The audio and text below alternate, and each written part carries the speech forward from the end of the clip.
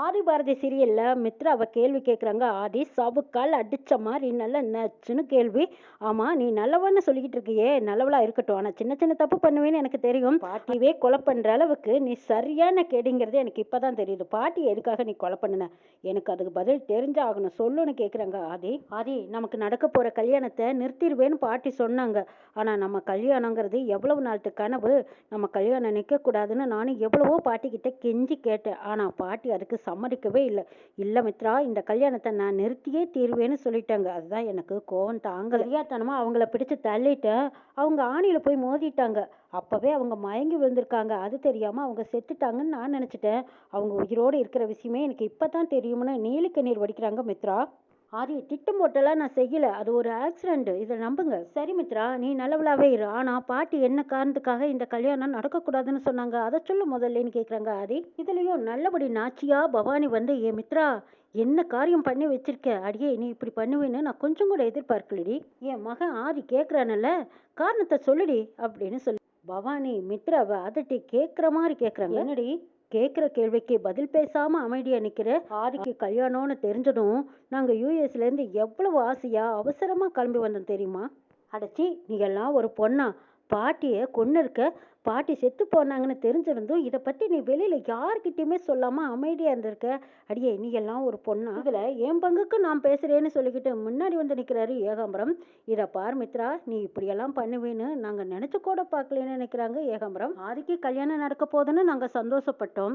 ஆனா இப்போ நடக்காம போனது நல்லதா போச்சுன்னு நாங்க நினைக்கிறோங்கிறாங்க ஏகாம்பரம். சரி போது, எல்லாரும் பேசாம அமைதியா இருங்க, நான் கேட்கறேன்னு சொல்லி ஆதி மித்ரா கிட்ட திரும்ப திரும்ப கேட்கறாங்க. இதை பார் மித்ரா, பாட்டி எதனால இந்த கல்யாணம் நடக்கக்கூடாதுன்னு சொன்னாங்க?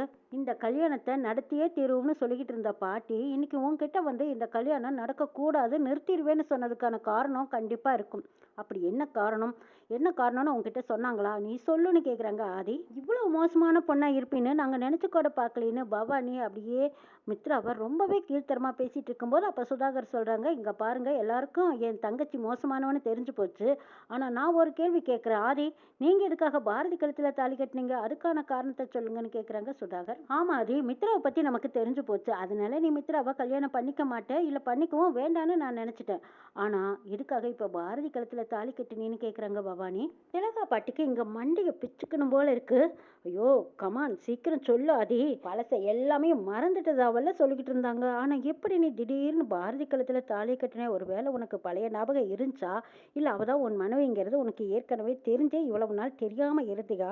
என்ன காரணங்கிறத எல்லார் முன்னாடியும் சொல்லு, கேட்கறதுக்கு ரொம்ப ஆர்வமா இருக்குதுன்னு எதிர்பார்க்கறாங்க திலகா பாட்டி.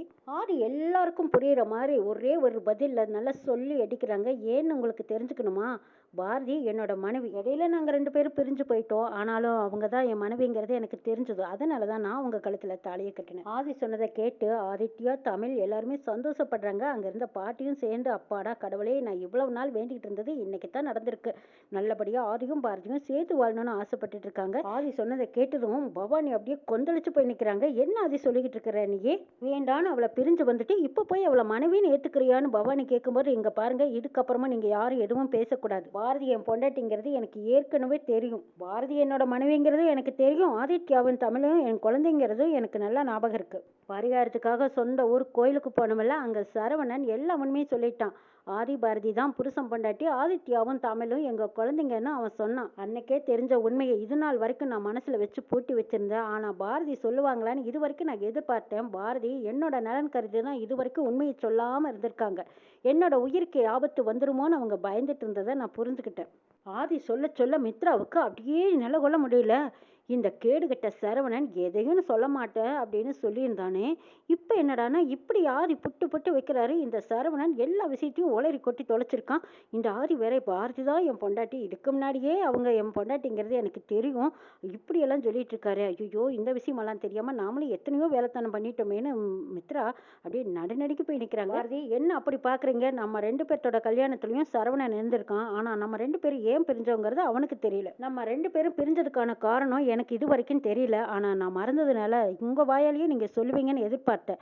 ஆனால் இது வரைக்கும் நீங்களும் சொல்லலை. எல்லாமே தெரிஞ்சுக்கிட்டு தான் நான் உங்ககிட்ட வந்து உங்கள் புருஷன் யாருன்னு கேட்டுகிட்டே இருந்தேன். ஆனால் உங்கள் புருஷன் நான்ங்கிறது எனக்கு நல்லா தெரியும். நீங்களா எங்ககிட்ட உண்மையை சொல்லுவீங்கன்னு நானும் எதிர்பார்த்தேன். ஆனால் என் குழந்தைங்க என் கண்ணு முன்னாடியே யாரோ பெத்த குழந்தைங்க மாதிரி என்கிட்ட பழகும்போது அப்படியே நான் பார்த்து துடிச்சு போனேன் தெரியுமா? பாரதி, அதையெல்லாம் விட்டுருங்க. ஆனால் இப்போ சொல்லுங்க, உங்களுக்கு எனக்கு ஏன் பிரிவு வந்தது? எதனால நம்ம 2 பேரும் பிரிஞ்சோம்? அது உங்கள் வாயால் நீங்கள் சொன்னால் மட்டும்தான் என்னால் தெரிஞ்சுக்க முடியும். சொல்லுங்கன்னு கேட்குறாங்க. மித்ராவுக்கும் எனக்கும் கல்யாணம் உறுதியானதுக்கு அப்புறமாவது நீங்கள் உண்மையை சொல்வீங்கன்னு எதிர்பார்த்தேன். அப்பவும் சொல்லலையே பாரதி.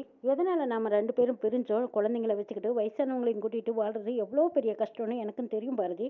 நீங்கள் கஷ்டப்படுறத பார்த்து தினம் தினம் நான் நொந்து போயிருக்கேன் தெரியுமா? எங்கள் அம்மாவும் இப்படி தான் கஷ்டப்பட்டாங்க. எனக்கும் மித்ராவுக்கும் கல்யாணம்னு தெரிஞ்சாலாவது நீங்கள் உண்மையை சொல்லி இந்த கல்யாணத்தை நிறுத்துவீங்கன்னு நான் எவ்வளவு நாள் எதிர்பார்த்தேன்.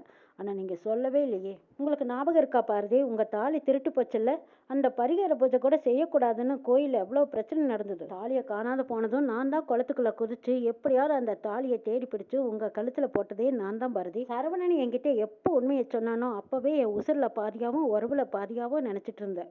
எப்போவாவது வந்து என்கிட்ட உண்மையை சொல்ல மாட்டீங்களான்னு நான் ஏக்கத்தோடவே இருந்தேன். மித்ரா தப்பான பொண்ணுன்னு தெரிஞ்சு அவளை நீங்கள் கல்யாணமே பண்ணிக்க கூடாதுன்னு என்கிட்ட சொன்ன நீங்கள் ஏன் நான் தான் உங்கள் பொண்டாட்டின்னு ஏன் உங்களுக்கு சொல்ல தைரியம் இல்லை? எதனால பாரதி? சொல்லுங்க. மித்ராவை பற்றி நீங்கள் சொன்ன போதெல்லாம் எதனால நீங்கள் சொல்கிறீங்கன்னு நான் குழப்பத்தோடு இருந்தேன் தெரியுமா? நீங்கள் சொல்லும் போதெல்லாம் நம்ப முடியல. ஆனால் இவ்வளோ ஒரு கேவலமான ஒருத்தியை நான் கல்யாணம் பண்ணிக்க போகிறேன்னு நினைக்கும் போதே எனக்கு அவ்வளோ வரவேற்பாக இருந்தது. சித்தப்பாவும் சித்தியும் வந்தபோது உங்கள் முகம் மாறிச்சு. ஆனால் அவங்களும் உங்களை தெரிஞ்ச மாதிரி காட்டிக்கல, நீங்களும் அவங்கள பற்றி எங்கிட்ட சொல்லவே இல்லை. எனக்கு வேணா பழசெல்லாம் மறந்துருக்கலாம், ஆனால் சித்திக்கும் சித்தப்பாவுக்கும் கண்டிப்பாக பழசு எதுவும் மறந்துருக்காது. ஆனால் அவங்க ஏன் என்கிட்ட மறைச்சாங்கன்னு அதுக்கான காரணமும் எனக்கு தெரியணும்னு கேட்குறாங்க. இந்த கேள்விக்கு மற்றவங்க யாரும் எனக்கு பதில் சொல்ல வேண்டாம். எனக்கு பாரதி தான் பதில் சொல்லணும். எதனால சொல்லுங்க பாரதி? நம்ம 2 பேரும் பிரிஞ்சிருந்த காரணத்தை சொல்லுங்க. நான் தான் பழச மறந்துட்டேன், ஆனால் அதுக்கான காரணத்தை நீங்கள் சொல்லித்தான் ஆகணும், சொல்லுங்கன்னு கேட்குறாங்க. பாரதியை கேட்க வரைக்கும் கேட்டு பார்த்துட்டு, சித்தி நீங்களாவது சொல்லுங்க, என்னோட அம்மா ஸ்தானத்தில் நீங்கள் இருக்கிறீங்க, பாரதிக்கும் எனக்கு என்ன பிரச்சனை வந்தது? எதனால நீங்கள் உண்மையை மறைச்சிங்கன்னு கேட்குறாங்க. சொல்லுங்க சித்தி, பாரதி எப்படிப்பட்ட பொண்ணுங்கிறத நான் நல்லா புரிஞ்சிருக்கேன். இப்படிப்பட்ட ஒரு பொண்ணு கூட நான் வாழ முடியாமல் போனதுக்கான காரணத்தை நீங்கள் சொல்லித்தான் ஆகணும். உங்களுக்கு கண்டிப்பாக தெரிஞ்சிருக்கும். சொல்லுங்க சித்தி. வாழ்ந்ததுக்கு சாட்சியாக குழந்தைங்களும் இருக்காங்க. மித்ரா மாதிரி ஒரு பொண்ணு என் வாழ்க்கையில் வந்துடக்கூடாதுன்னு பாரதி பெரிய போராட்டமே பண்ணினாங்க. அப்போ கூட பாரதி என் பொண்டாட்டின்னு அவங்க உண்மையை சொல்லணும்னு நினைக்க கூட இல்லை. ஆனால் மித்ராவோட கல்யாணத்துக்கு நீங்கள் தானே ரொம்பவே சப்போர்ட் பண்ணீங்க சித்தி. எதனால பாரதி என் பொண்டாட்டியை இருக்கக்கூடாதுன்னு நீங்களும் நினச்சிங்க? நாங்கள் 2 பேர் பிரிஞ்சதுக்கான காரணம் உங்களுக்கு கண்டிப்பாக தெரிஞ்சிருக்கும். சொல்லுங்க. சொல்கிறேன்ப்பா, நீ இவ்வளோ தூரம் கேட்டதுனால நான் சொல்லாமல் இருக்க முடியாது. சொல்கிறேன். உங்கள் அம்மா இறந்ததுக்கு காரணமே இந்த பாரதி தான் கை காட்டுறாங்க பவானி. ஆதி அப்படியே இடிஞ்சு போயிடுறாங்க. போனதும் அப்படியே கோயிலில் போய் உட்காந்துட்டாங்க. இந்த பக்கமாக பாரதி எதுவும் பேசாமல் அமைதியாக வீட்டுக்கு வந்துட்டாங்க. இங்கே பார்த்தா பவானி போலீஸில் கம்ப்ளைண்ட் கொடுத்துட்டாங்க. சாரதாம்பாள் இறந்ததுக்கு காரணமே இங்கே நிற்கிறாளே இந்த பாரதி தான் சொல்லி போலீஸ் கேஸ் கொடுத்துட்டாங்க. இப்போ போலீஸ் வந்து பாரதியை அரெஸ்ட் பண்ணிட்டு போகிறாங்க. கம்ப்ளைண்ட் கொடுத்தா மட்டும் போதாது, நீங்கள் புகார் எழுதி கொடுங்கன்னு சொன்னதுக்கப்புறம் பவானி சாரதா இறந்ததுக்கு காரணமே இந்த பாரதி தான் சொல்லி இல்லாதும் பொல்லாதுமெல்லாம் எழுதி கொடுத்துட்டாங்க. இப்போ எஃப்ஐஆர் போட போறேன்னு சொல்லி இன்ஸ்பெக்டர் அந்த ஃபைலை வாங்கினதுமே பின்னாடியே ஆதி வந்துட்டாங்க. பொண்டாட்டி மேலே கேஸ் கொடுக்க நீங்கள் யாரு? பாரதி என் அம்மாவை கொலை பண்ணுற அளவுக்கு அவ்வளவு கொடூரமானவங்க கிடையாது பாரதி. என் அம்மாவோட தாலியை தான் எங்கள் அம்மா சம்மதத்தோட பாரதிக்கு கொடுத்துருக்காங்க. அந்த தாலியை தான் பாரதி கழுத்துலையும் போட்டிருக்காங்க. எங்கள் அம்மா மேலே அவ்வளோ வெறுப்பு இருக்கிறவங்க அந்த தாலி எதுக்காக அவங்க கழுத்தில் போட்டிருக்கணும்? இன்னமும் எங்கள் அம்மாவை சாமியாக வச்சு நினச்சிட்டு இருக்காங்க பாரதி. இதை நான் ஒரு நாள் அவங்க ஃபோட்டோ வச்சு கும்பிட்டுட்டு இருக்கும்போது நான் பார்த்தேன். அப்படிப்பட்டவங்க கண்டிப்பாக என் அம்மாவை கொண்டு இருக்க முடியாது அப்படின்னு ஆதி அடித்து உறுதியாக சொல்லிக்கிட்டு இருக்கிறத கேட்ட பவானி, ஐயோ ஒருவேளை ஆதி சாரதாம்பா உயிரோடு இருக்கிற விஷயம் தெரிஞ்சுதான் இப்படி பேசுறானா அப்படின்னு மிரண்டு போய் நிற்கிறாங்க. அவங்க மிரண்டதுக்கு காரணமும் ஆதி கண்டுபிடிச்சிட்டாங்க. உண்மையை சொல்லுங்க, எங்கள் அம்மா இறந்ததுக்கான காரணம் உங்களுக்கு தெரியும். என் அம்மா உயிரோடு இருக்காங்களா இல்லை இறந்தாங்களா அப்படிங்கிற உண்மையை தெரிஞ்சுக்கிறதுக்காக ஆதி போட்ட போட்டுல பவானி கொஞ்சம் மிரண்டு நிற்கிறத பார்த்த பாரதிக்கு சந்தேகமா இருக்கு.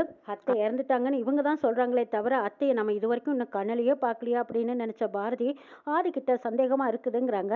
அப்பதான் அங்க துரை வந்து நிற்கிறாரு. எல்லா உண்மையும் புட்டு புட்டு வைக்கிறாங்க. இந்த இடத்துல பவானி தப்பிக்கிறதா இல்லை ஏதாவது ஒரு டிராமா பண்ணி இந்த பாரதியை மாட்டி விடலாம் அப்படின்னு நினைச்சிட்டு இருந்தாங்க. ஆனா அந்த இடத்துக்கு துரை வந்து எல்லா உண்மையும் உடைச்சு தள்ளுனதுனால இப்போ பவானியும் இந்த மித்ராவுக்கு சலிச்சவங்க இல்லை அப்படிங்கிறத உண்மையை நிரூபிச்சிட்டாங்க.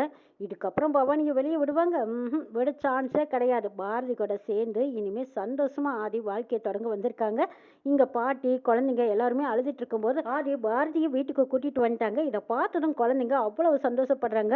அப்பா அம்மானு ஓடி வந்து கட்டி தழுவி தழுவி நிற்கிறாங்க. இதை பார்த்த ஆதி, இதுதான் என் குடும்பம், என் அம்மா இறந்ததுக்கான காரணம் எனக்கு எப்படின்னு தெரியல, ஆனால் பாரதி இப்போவும் நீங்கள் மூடி மறைக்காதீங்க, உண்மையை சொல்லுங்கங்கிறாங்க. பாரதிக்கு எதுவுமே தெரியலைங்கிறாங்க. ஆனால் ஆதி கோயிலில் இருக்கும்போது குருஜி உண்மையெல்லாம் புட்டு புட்டு வச்சுட்டாங்க. இப்போ ஆதியோட அம்மா உயிரோடு இருக்கிறாங்க விஷயம் தெரியும்.